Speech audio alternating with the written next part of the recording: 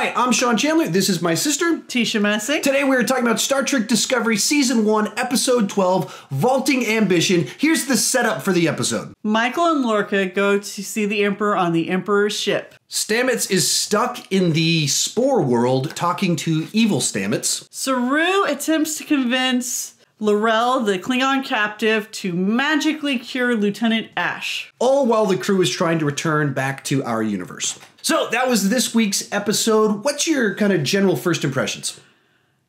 There was a lot of twists and turns in this episode. Yep. Some of which were somewhat expected. Some of which were kind of like, what? Yeah, a lot of weird stuff in there.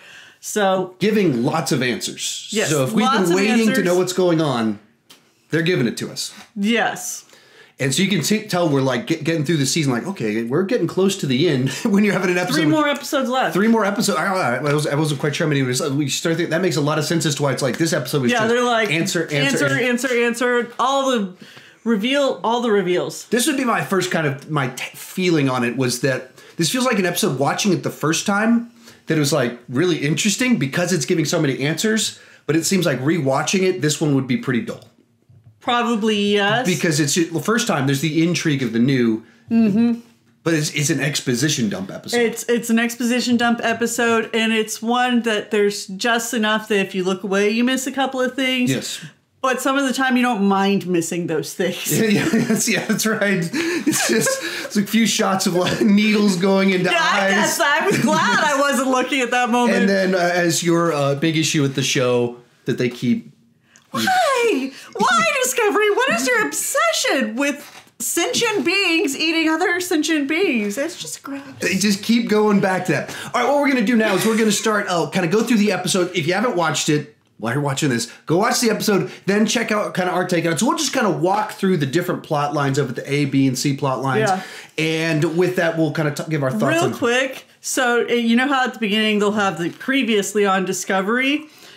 So generally speaking, it's all fairly run-of-the-mill stuff, but our streaming service froze as it was having the whole Ash, the Voq L'Rell thing, and we're just like that's right really on the unfortunate. Klingon boobs, or klubs, I guess as you could call them, and Boss right on that frame. It was like, and my kids were still kind of like going to bed, so they were occasionally running. We're like, whoa, bad time. Don't walk in now, please. So, before we get started, that was really unfortunate. Very bad time. Go ahead and tell us down below in the comment section, what did you think about it? Also, remember, I'm going to talk about the Stardust app at the end of this, but if you want to share your thoughts, kind of theories on the show, your review on it, download the Stardust app, throw your thoughts on there. We're going to share some, like one guy shared his theory on what might be going on in this universe later in the episode. So go ahead and check that out. With that said, let's start talking about this. We'll be spoilerful.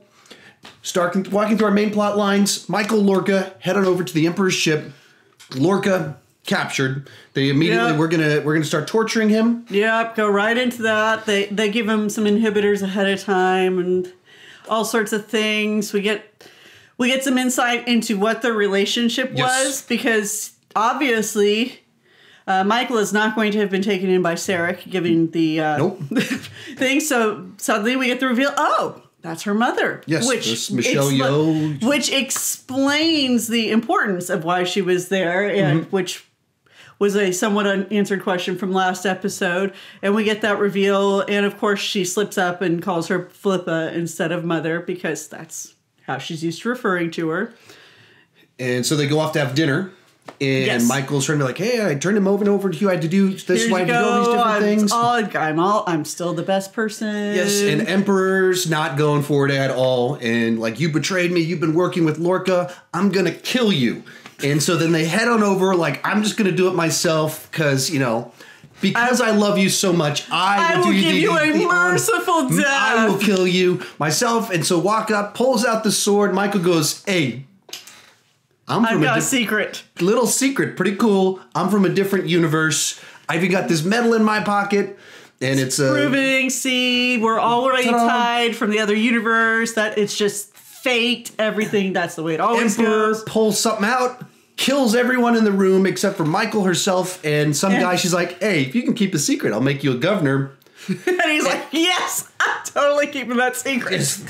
I'm cool with that. I will clean up the dead bodies. Yeah. We're game. And then he she then goes, this is from the United Federation of Planets. She goes, oh, she knows what's going on. Like, this isn't new. She knows all the insiding and secrets. Inside information. And so then we get some background information about the Defiant. They went crazy. The jumps didn't work. And so Michael and her cut a deal. Defiant didn't go from jumps. Yeah, it didn't come from jumps. Interphasic space. And they went crazy because of it. So yes. Kind of a problem. Just like we saw in the Tholian Web episode. So some problems in that. So then they start to cut a deal and having some back and forth as to what the trading. Michael's like, I'll give you the spore drive, which seems like kind of a bad idea. I know, Michael. I'm like, that's a really bad idea. Like, and I know we got to be shrewd to get back, but there's a lot of things that, things I might be willing to trade. That's not one of them. And I guess we'll get into this in a little bit on the spore drive stuff because that ties into Stamets' plot line. I have a theory on that one. Okay, we got it. Cool. And then you have to help me remember though. Okay, you got a theory on Stamets.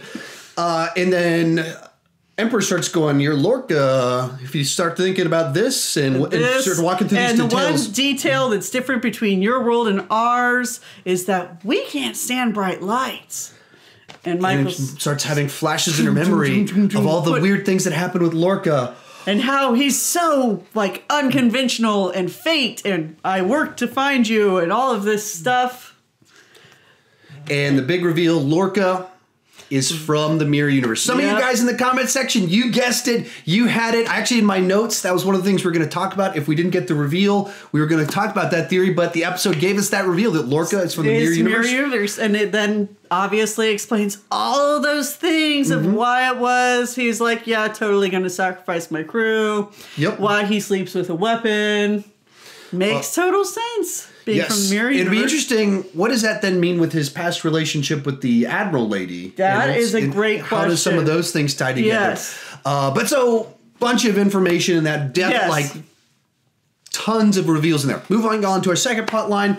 Stamets is in Spore World talking with evil Stamets, who's been there longer. Yes. And while they're talking, and evil Stamets is like, you can figure this out. You just have to do one little thing for me, and we all go home and live happily ever after.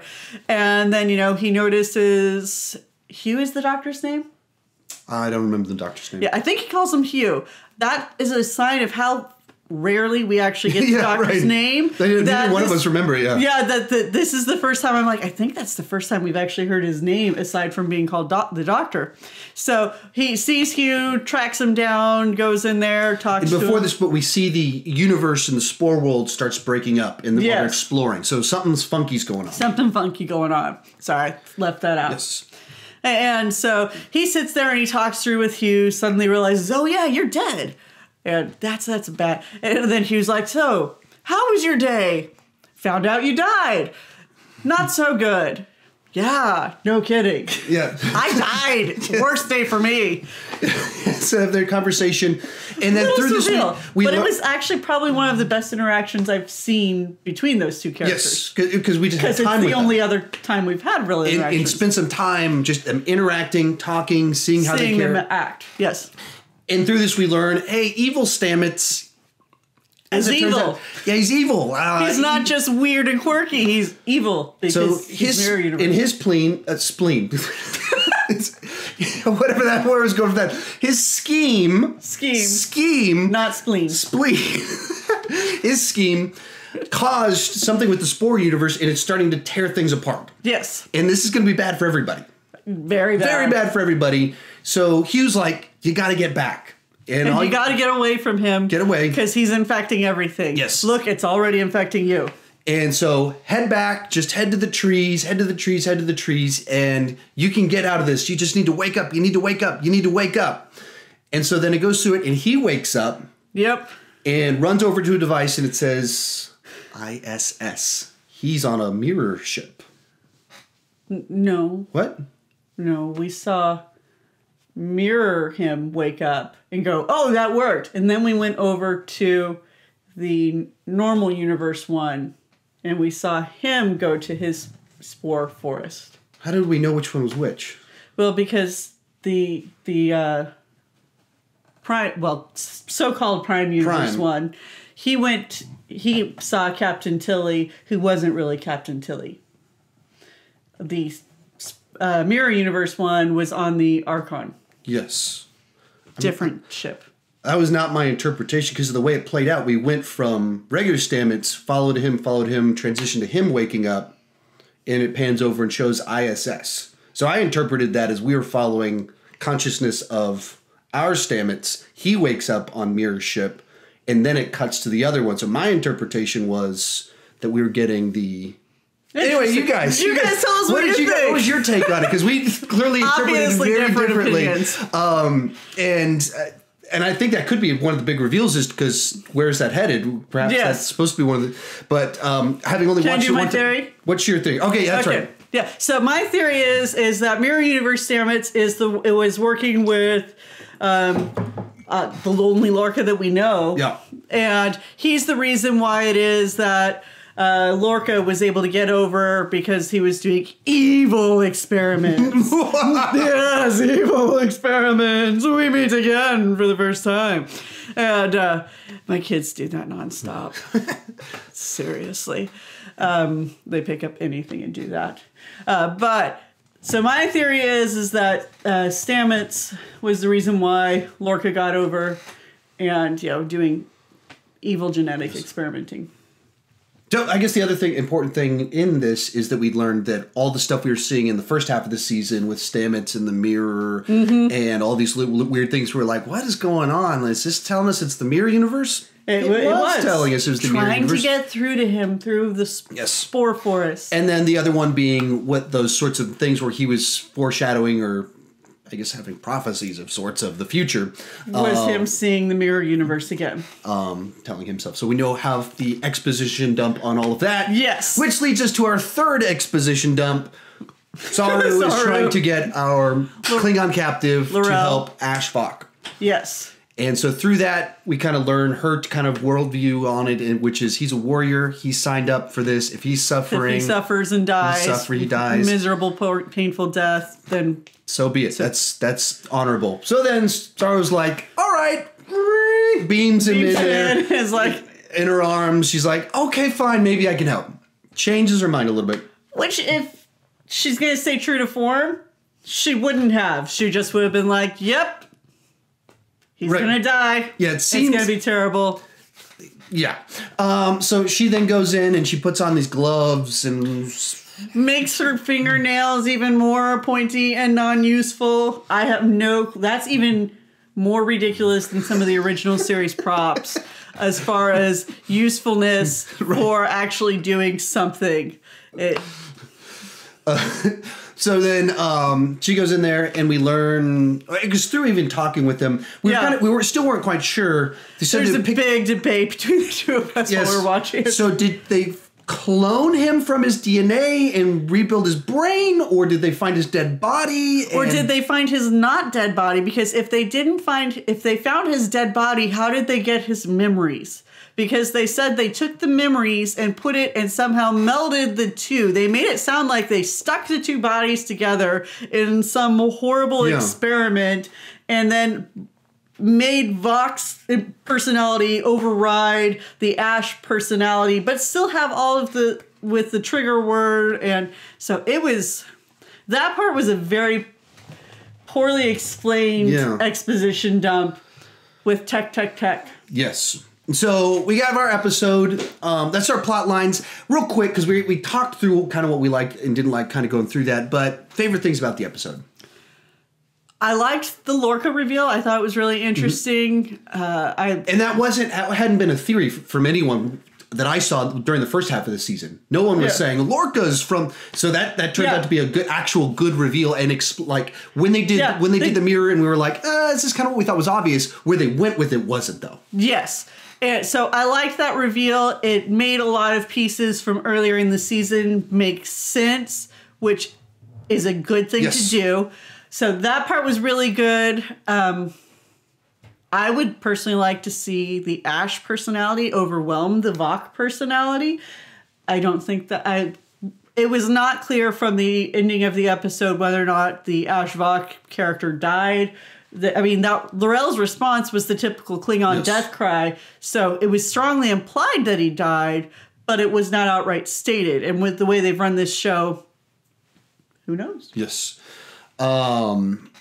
So in general, I like the reveals. Like, it was one of those ones watching through it more so than most of the other episodes. I mean, I was just kind of like, I was in it. I was in the moment, like watching, not distracted. I'm very present. Like, all right, where's this going? I have a deadline, so I was sewing while watching. Yes. But I was very invested in taking lots of notes, and that's a good sign. That is a very good sign. Where we were, I only got half a boning channel sewn, which shows how I was not paying very close attention to the sewing. Yes. So I was still paying attention. And where we were confused on things, it was probably the right type of intrigue. Going, oh, does that mean which Stamets went there? And as opposed to ones before where it was like, wait, why is there a telescope here? Wait, what? How did this get here? Why?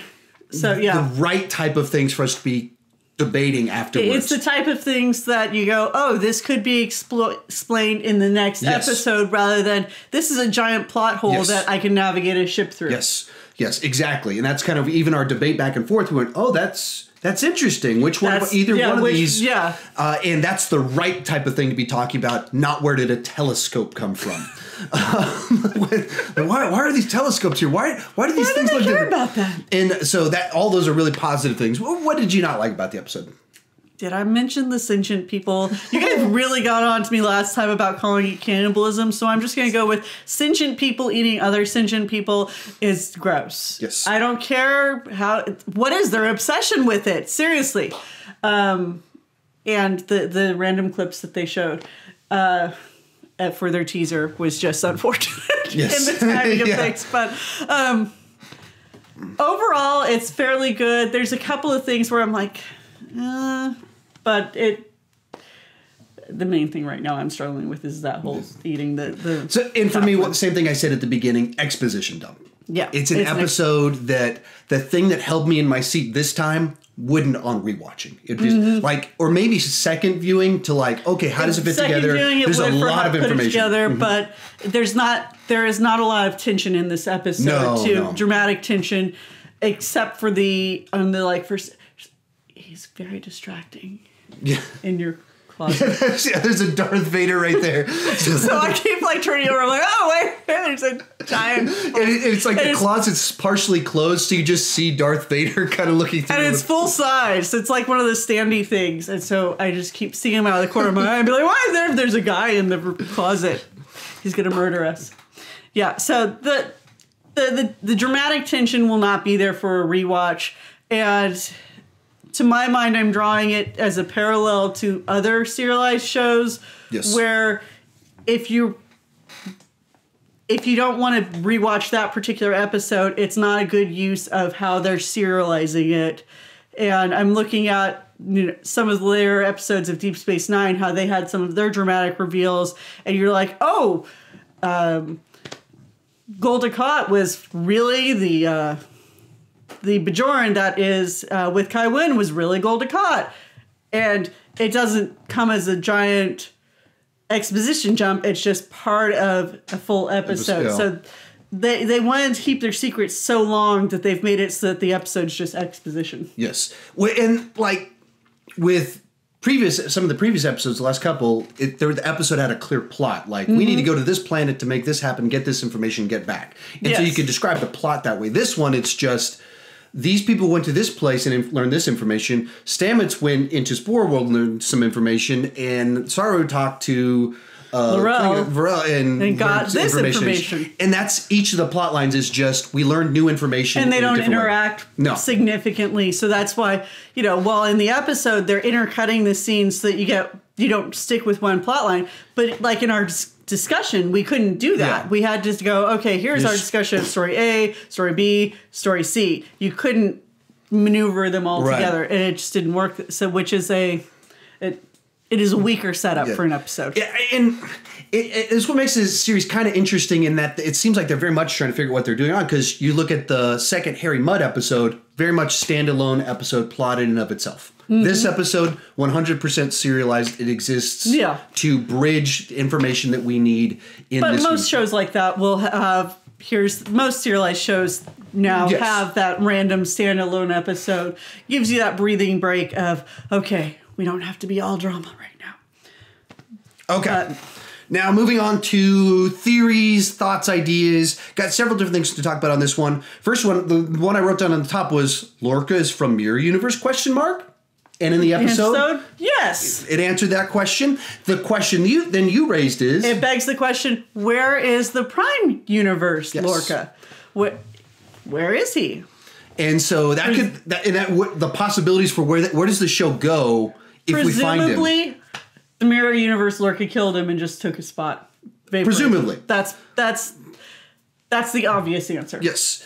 And then there's the other potential of, if we find him on some planet and he comes back with us, that's like such a weird shift in the dynamic of the show, because it's an entirely different character that we haven't met yet, played by the same actor, which just saying that was like, oh, that's so fun. I'm hoping it's not your idea. It's like the Wells character in Flash. Yes. How each season you get a different... Wells is different, yeah. Each Wells is different, and that would be really fun to see. I mean, that's one of the fun things about Flash is, okay, what are we going to get this season? Yes.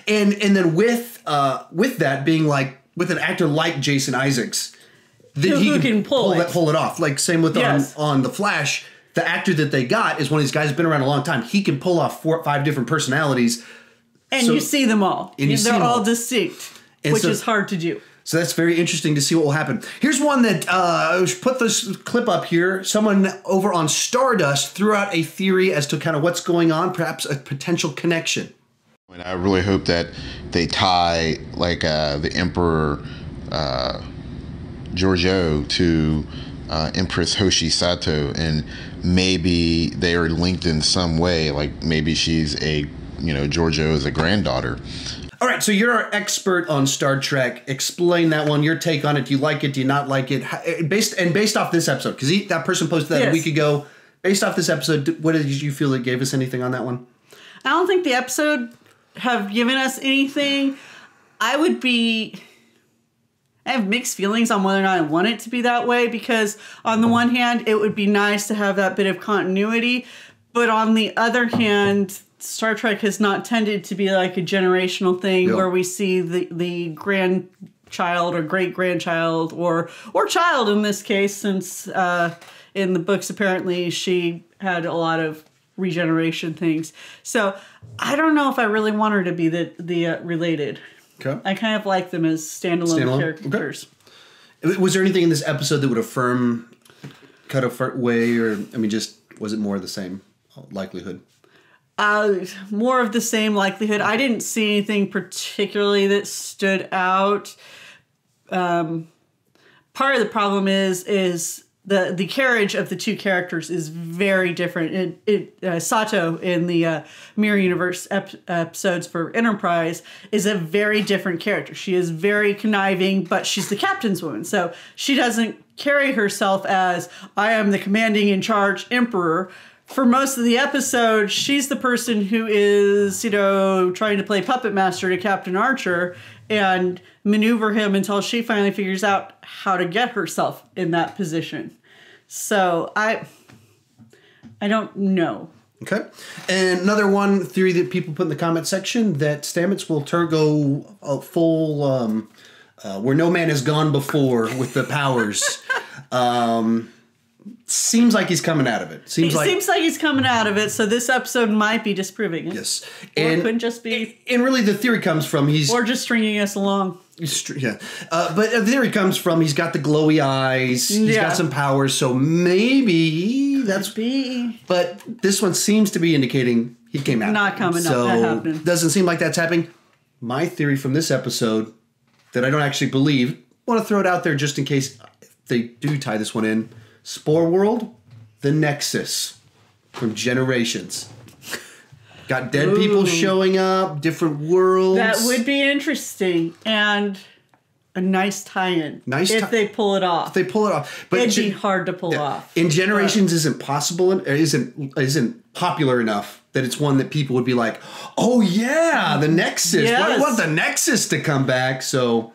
But it could really work as an idea. It'd be interesting. It'd be hard to do. Yeah, I don't think they're going to do it. I was just watching it because as soon as they started kind of, the lover comes back and they're talking, I was like, this is kind of like Generations in the Nexus and different. I wonder. Yeah. But I don't think the Nexus is one of those ones that Star Trek fans are sitting around like, I hope we get more of that. Otherwise, they would have done it at some point in time before now in the last 24 years. So they did in a Next Gen novel, I think. That would sound real.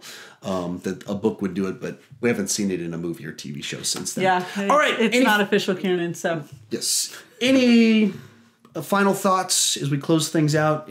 No, because I did things all out of order, so I put all of my theories earlier. Yes. Because I wouldn't have remembered them. All right, but kind of just like last week, I'm getting like excited, like wanting to know the reveals. They're actually pulling it off. It is very frustrating that they spent over half of the season just annoying the heck out of everybody. And it's, to my mind, it is still enjoyable more as something that is a fun sci-fi and not as Star Trek. Mm-hmm. But part of it is because they did not try to address the fact that it's set 10 years earlier than the original series, but the tech is so obviously better. They did a better job of that in the movies reboot with doing that.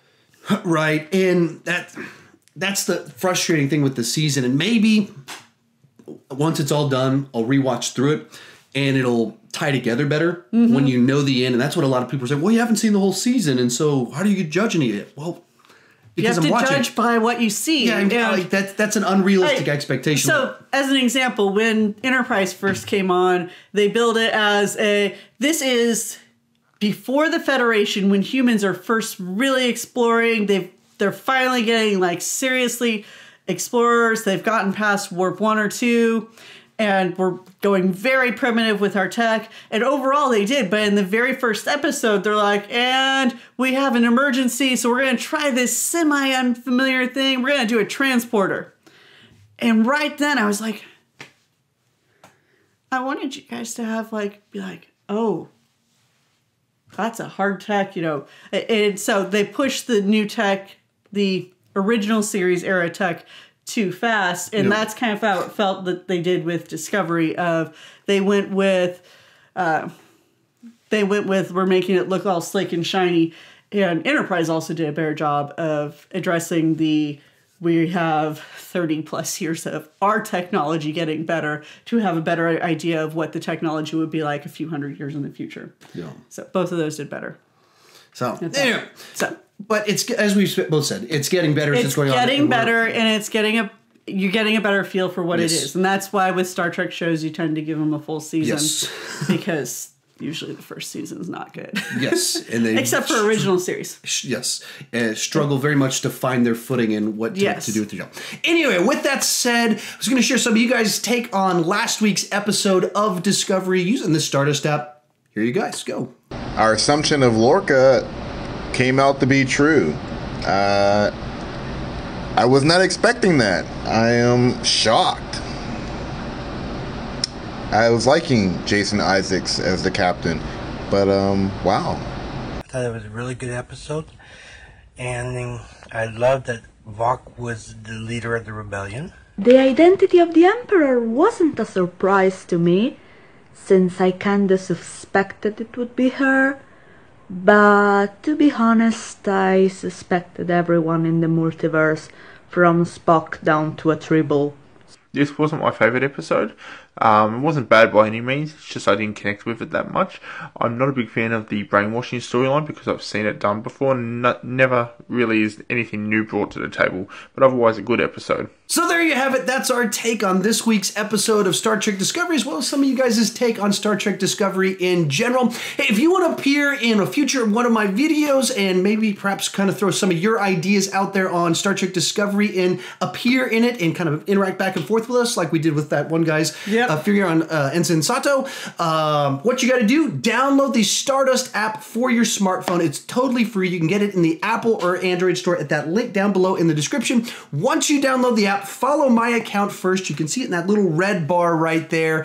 And then once you post reactions to shows, I mean, it's real simple. You just kind of select the episode you want to watch or movie you want to talk about, click record. It's only 30 seconds long. You do it right there on your phone and you upload it. Super duper simple. She's on there too. And then tag me in it. There's a little marker up in the right-hand corner. Click that and then type my name, Sean Chandler, in. I can see your pretty face, possibly feature you in a future episode. Maybe you got some great theories out there. Maybe you can explain the Stamets thing to me. You got a different idea what's going on, and we can interact back and forth with your thoughts on it. With that said, any final closing thoughts real quick? Give us your theories. Yeah, give us your theories, because... What's your thoughts on Stamets? Because seriously, we apparently saw totally different things watching that episode, and we were in the same room. And we figured it out while we were filming right in front of you guys.